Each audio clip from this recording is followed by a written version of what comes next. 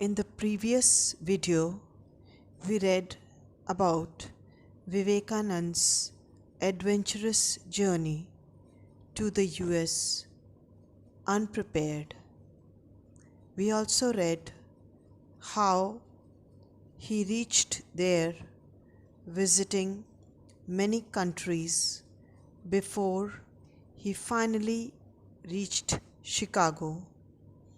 His eyes opened when he saw the progress made by Japan and also felt the religious influence of ancient India on all the eastern countries.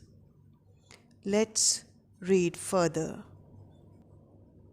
He went from Yokohama to Vancouver, thence by train he found himself towards the middle of July in a state of bewilderment at Chicago. The whole way was strewn with his feathers, for he was a marked prey for the fleecer. He could be seen from afar. At first, like a great child, he wandered, gazing, mouth agape, in the World's Fair, the Universal Exposition of Chicago. Everything was new to him, and both surprised and stupefied him. He had never imagined the power, the riches, the inventive genius of this Western world. Being of a stronger vitality and more sensitive to the appeal of force than a Tagore or a Gandhi, who were oppressed by the frenzy of movement and noise, by the whole European American, especially American mechanism. Vivekanand was at his ease in it, at least at first. He succumbed to its exciting intoxication, and his first feeling was of juvenile acceptance. His admiration knew no bounds. For 12 days he filled his eager eyes with this new world. From Yokohama in Japan to Vancouver in Canada, he went by sea. From Vancouver to Chicago, he took a train journey around mid July in utter confusion. Bewilderment means confusion. Throughout the entire journey, lots of cheaters and fleecers were after him to extract whatever he had. Because of his attire, he could be seen from very far away. When he saw the hustle and bustle of Chicago and the Universal Exposition, things so well organized, so well presented, he was astounded. This was something he hadn't seen before. He was astounded to see the material progress of the West. He had never thought of the progress, the power and wealth, the inventions made by the Western countries to make daily life so much easier. He was simply dumbfounded to see all this. It was a stark contrast for the place he belonged. Vivekanand was a man of action and energy, and so were his reactions. They were in sharp contrast to those of Gandhi and Tagore, who were oppressed or weighed down, or rather depressed by the show and glitter of the West. The mad rush, hustle and bustle did not go well with Gandhi and Tagore. Vivekanand, on the other hand, loved it. He was very comfortable and excited like a child to the pomp and show. He was all praise for the progress made by the West. For 12 days he devoured everything with his eager eyes. He soaked them all like a sponge. It was all a feast to his eyes. He was confined, so, sorry, consumed by the well organized and systematic way of executing things. He was filled with admiration for their creative genius. A few days after his arrival in Chicago, he bethought himself to go to the Information Bureau of the Exposition. What a shock! He discovered that the Parliament did not open until after the first week of September, and that it was too late for the registration of delegates. Moreover, that no registration would be accepted without official references. He had none. He was unknown, without credentials from any recognized group, and his purse was nearly empty. It would not allow him to wait until the opening of the Congress. He was overwhelmed. He cabled to his friends in Madras for help and applied to an official religious society that it might make him a grant. But official societies do not forgive independence.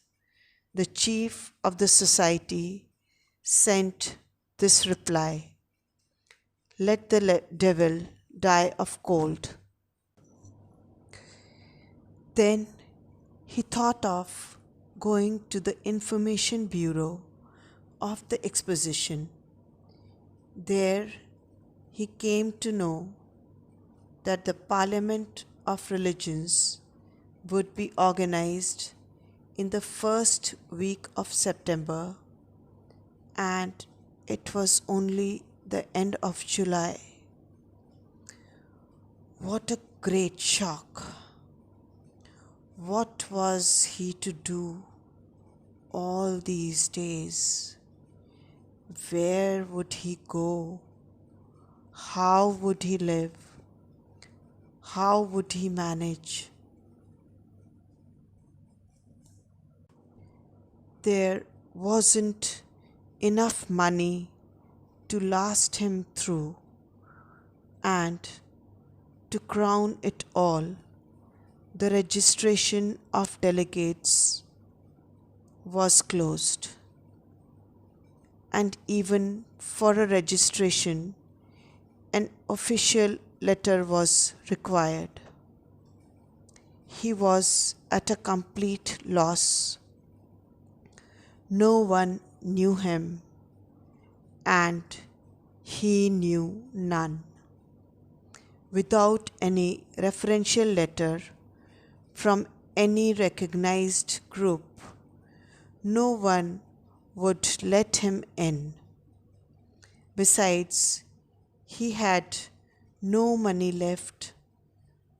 He felt defeated and helpless, with no ray of hope, overpowered by the will of fate. He became despondent.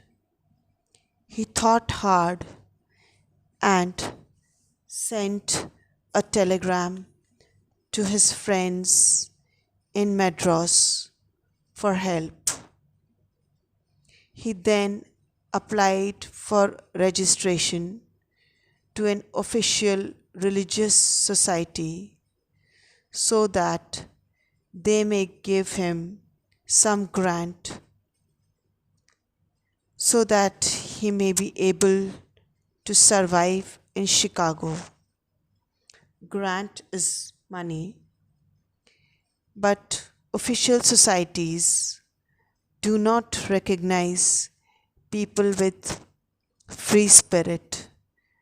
They want everything to be under their control. The chief sent a curt, inhuman reply: "Let the devil die of cold." The devil neither died nor gave up.